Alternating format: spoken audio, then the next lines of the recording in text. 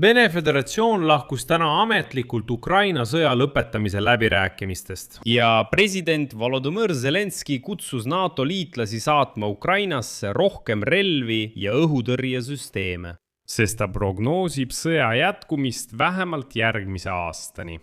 Täna teatas Venemaa Föderatsiooni presidendi abi Juri Ušakov avalikult, et kolmepoolsete läbirääkimiste jätkamine USA, Ukraina, Venemaa formaadis ei ole otstarbekas, enne kui Kiiev ei vii Ukraina vägesid välja tema kontrolli all olevast Donbassi osast.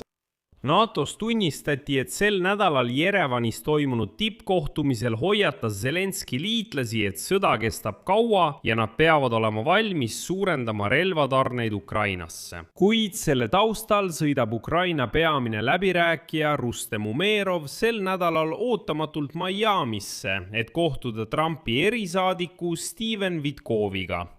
Samal ajal on rahu läbirääkimised, nagu näeme, ummikusse jooksnud ja siin on huvitav, mida seal arutatakse. Minu nimi on Aleksei Petši, arutame seda koos, aga enne kui alustame, palun tellige see kanal, pange videole like ja jätka oma kommentaar selle video alla. See aitab väga palju kaasa sisu levikule YouTube'is. Olen teile selle eest tänulik. Niisiis, Kreml keeldus täna avalikult jätkamast läbirääkimisi Ameerika Ühendriikide vahendusel, et lõpetada Venemaa sõda Ukraina vastu. Kolmepoolsete läbirääkimiste jätkamine USA, Ukraina, Venemaa formaadis ei ole otstarbekas enne, kui Kiiev ei vii oma vägesid välja tema kontrolli all olevast Donbassi osast.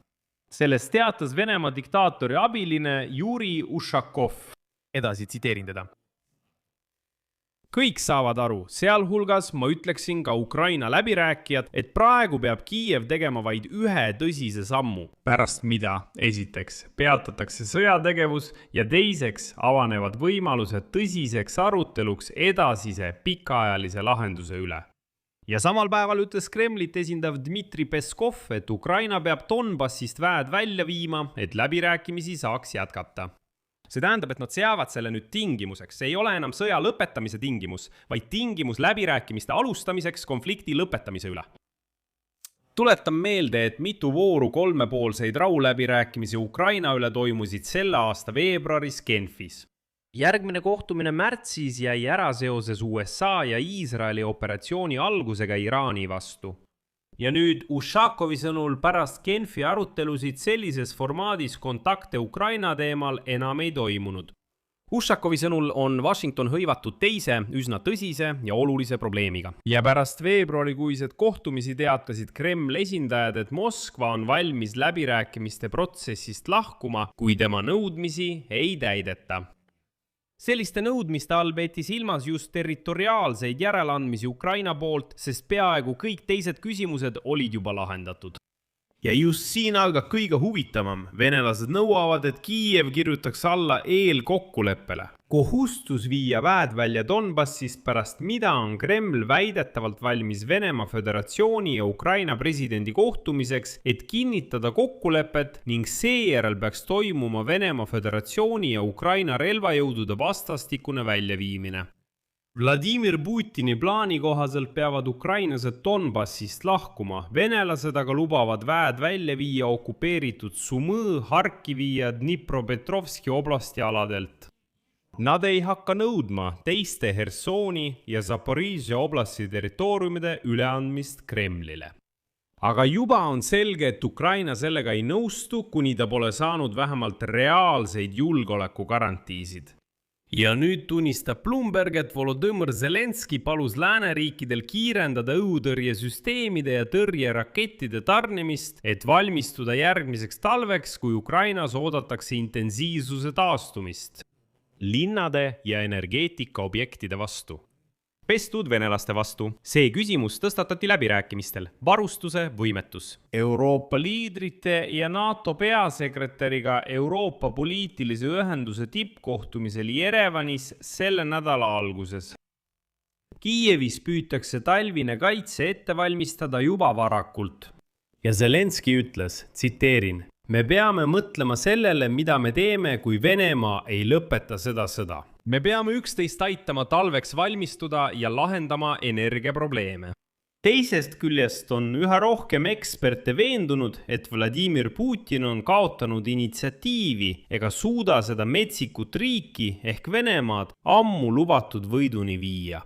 Väidetavalt sai pöördepunktiks Ukraina rünnakute seeria naftatöötlemistehasele ja Tuapse sadamale, mis tõid kaasa ulatusliku reostuse. Mitte ainult linnas endas ja Musta mere lähivetes, vaid ka naaberpiirkondades, kus asuvad populaarsed turismikuurordid.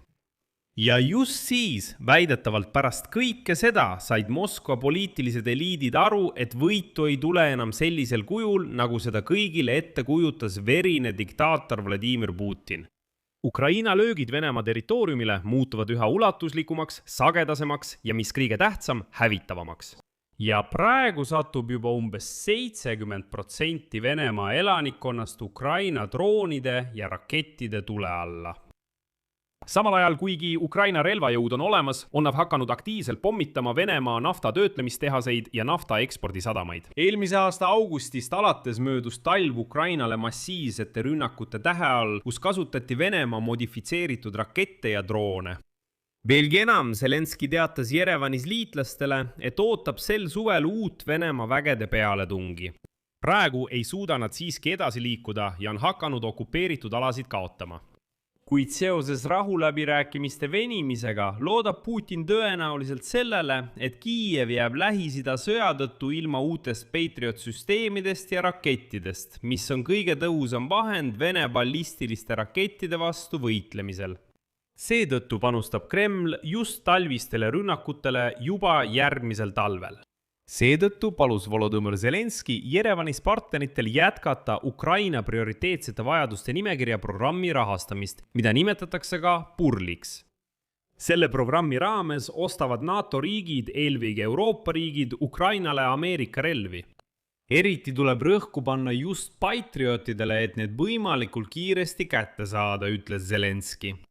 Lisaks sellele püüab Kiiev praegu pidada Washingtoniga eraldi läbirääkimisi. Ja nüüd sõidab Ukraina peamine läbirääkija Rustem Umerov sel nädalal Miamisse, et kohtuda Trumpi erisaadiku Steven Wilhelmiga. Samal ajal on rahuläbirääkimised ummikusse jooksnud. Seetõttu on tõenäoline, et kas Umerov viib kaasa nõusoleku Ukraina territooriumide loovutamiseks või arutatakse hoopis teist küsimust. Ja just siin tasub viimaste päevade jooksul toimunud ebatavalist sündmust märkida. Eile, 6. mail kiitis USA välisministeerium heaks 1532 juhitava JDAM ER lennupommi müügi Ukrainale. Peaaegu $400 miljoni eest FMS-programmi raames. Ja siin on oluline. FMS-programm on eraldi programm, rõhutan, otsene relvamüük, see ei ole PURL. Siin juhib tarnetega USA välisministeerium, mitte eurooplased, kes ostavad relvi Ukrainale. Ehk siis, nagu öeldakse, jää on liikuma hakanud, sest välisministeerium hakkas kooskõlastama otseseid relvatarneid USA-st Ukrainasse.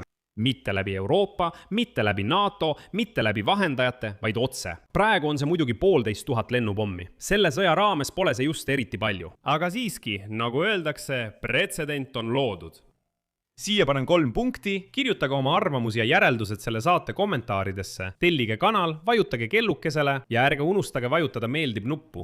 Kui soovite selle YouTube'i kanali tööd toetada, olen teile selle eest tänulik. Seda saab teha mis tahes annetusega linkide ja rekvisiitide kaudu selle video kirjelduses. Valige endale sobivaim formaat. Olen tänulik teie toetuse eest. Või mind ja oma ekraanil oleva QR-koodi kaudu. See on kõige lihtsam viis selle kanali tööd toetada.